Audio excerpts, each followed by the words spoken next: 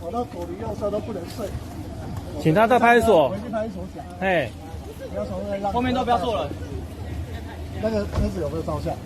车子给他摄影，那校区那个给他摄影。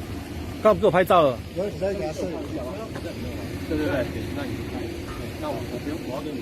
不用，你可以跟讲，我要跟你。你要来做一下笔录。这校区要不要给他查扣？哎呦，校区要不要给他查扣？哎，校区给他拿去。你跟着我一起就好了。校区。走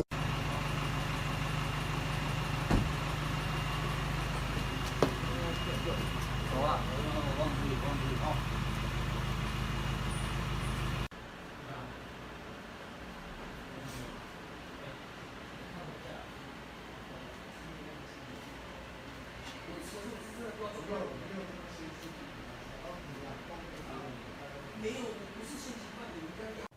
6日晚间，在平镇发生一起警匪追逐案件。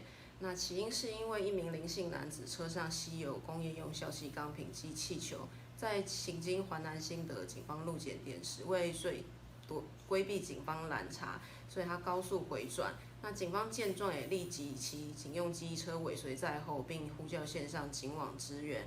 那孰料林姓男子他反而更加高速逃避，并一路蛇行。那所幸警方已在他前往杨梅的家中将他缉捕到案。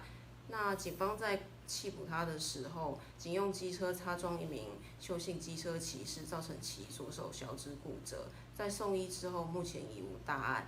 那全案警方将依公共危险、妨害公务及危险驾驶等罪移送桃园地检署侦办。至于邱姓机车骑士的部分，警方将全力照顾其后续医疗情形。